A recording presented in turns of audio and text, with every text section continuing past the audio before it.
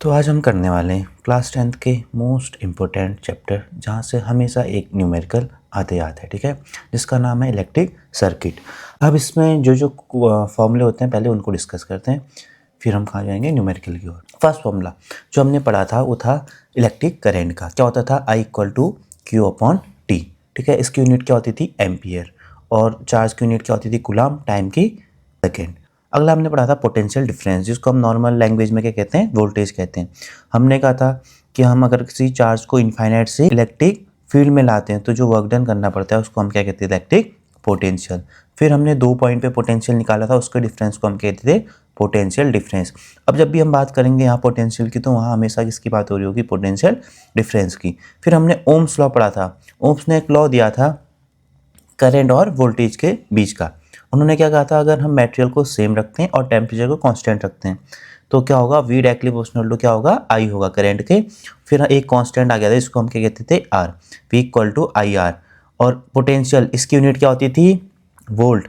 I की अभी पढ़ी थी हमने एम्पियर। और ये कहलाता है रेजिस्टेंस।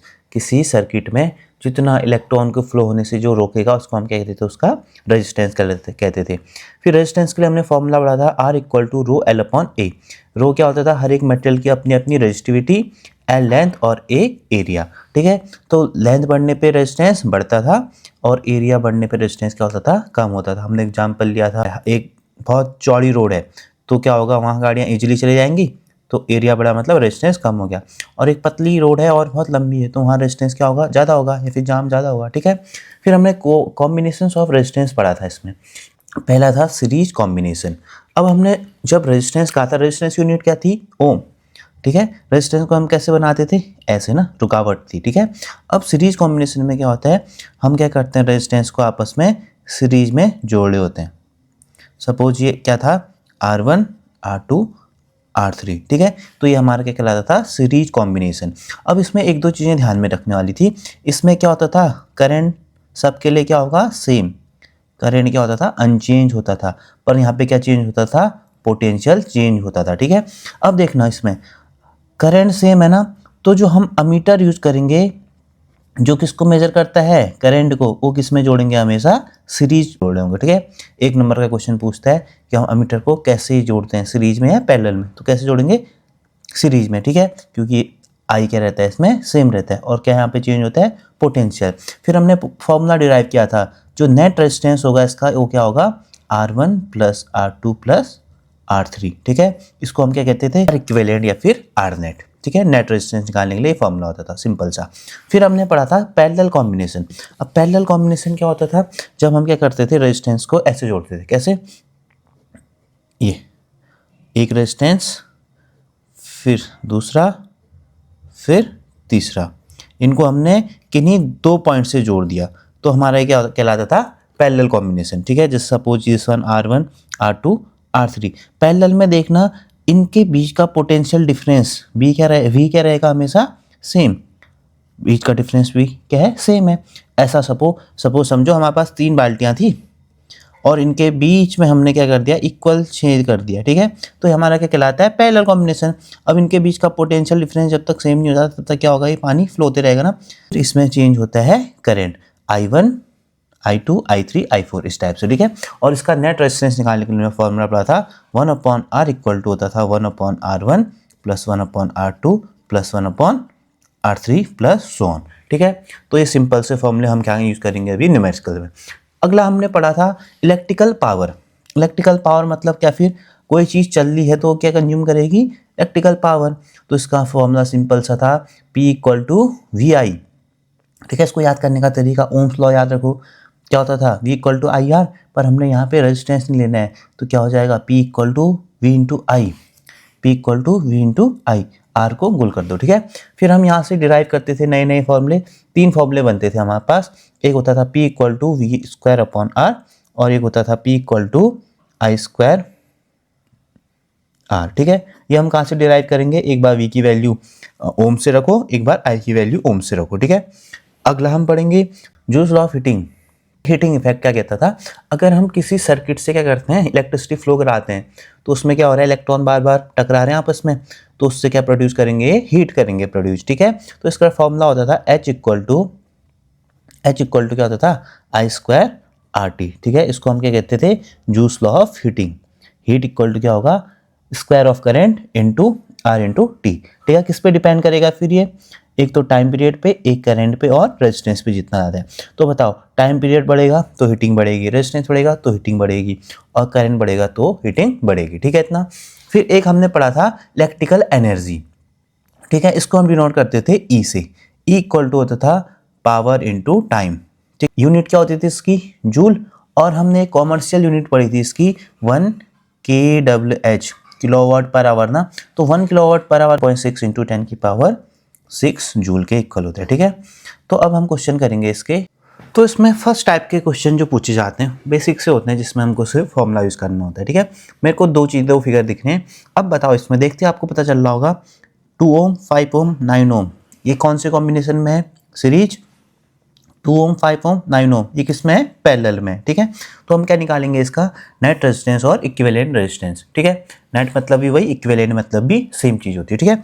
अब देखो ये किस में है, resistance R1 equal to 2 ohm, R2 equal to 5 ohm, R3 equal to 9 ohm, ठीक है। तो ये किस में है, सीरीज में है ना। So R1 R2 and R3 are in series combination,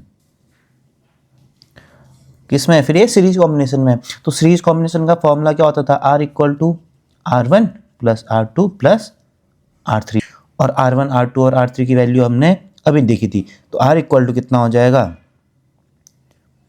2 plus 5 plus 9, तो कितना हो जाएगा 7 प्लस 9, दिस इज 16 ओम, ठीक है। ये तो हमारा क्या निकल गया, नेट रेजिस्टेंस। अब देखो यहाँ पे एक अमीटर लगा है, अमीटर किसमें है, सीरीज में है ना।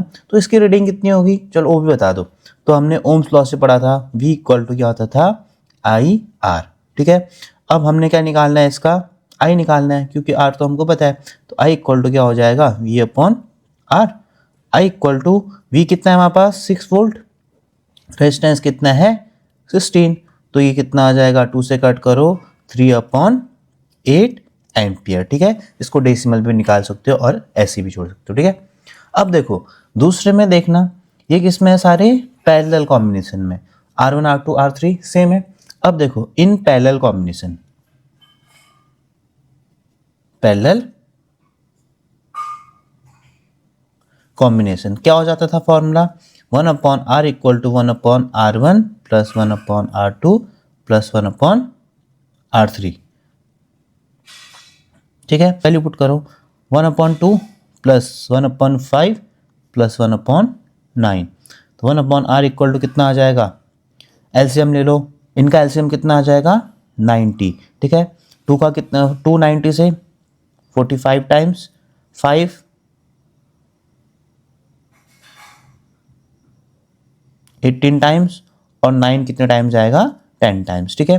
तो ये 1 अपॉन R इक्वल टू क्या हो जाएगा, ऐड करो सबको, ये हो जाएगा, ठीक है।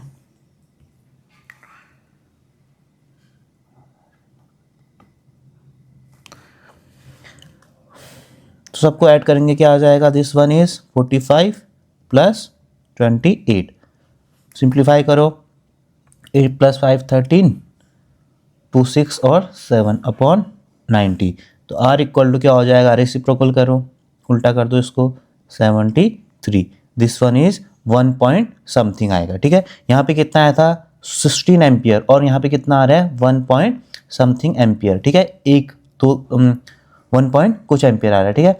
मतलब क्या होगा फिर, सीरीज में क्या होगा, रेजिस्टेंस मैक्सिमम, और पैरेलल में रेजिस्टेंस क्या हो जाएगा, मिनिमम हो जाएगा।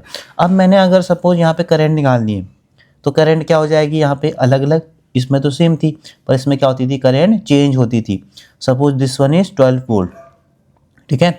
तो अब पोटेंशियल तो सब में 12 वोल्ट ही होगा सारे रेजिस्टेंस में, पर क्या चेंज हो जाएगा, यहाँ पे करंट चेंज हो जाएगा, यहाँ पे I1 I2 I3, ठीक है। सपोज मैं निकालता हूँ I1, तो I1 निकालना है, तो ये कितना हो जाएगा, V equal to I R से, ठीक है। तो I equal to V upon R, और V कितना था हमारे पास 12, और R कितना था फर्स्ट के लिए 9, तो दिस वन इज 4 अपॉन 3, ठीक है। तो ऐसे हम क्या निकालेंगे, सबके लिए करंट निकालेंगे इंडिविजुअली। अब एक चीज़ ध्यान से देखना, जहाँ पे जितना ज़्यादा रेजिस्टेंस होगा, क्योंकि फॉर्मूला क्या बन रहा है, I equal to V upon R ना। अब देखो V equal to I R equal to V equal to I R V equal to I R V upon, तो देखना I इक्वल टू क्या हो गया, V अपॉन आर। मीन्स देखो voltage तो सबके लिए सेम रहेगी, पर जितना ज़्यादा रेजिस्टेंस होगा उतनी क्या होगी, कम करंट सप्लाई होगी, ठीक है इतना।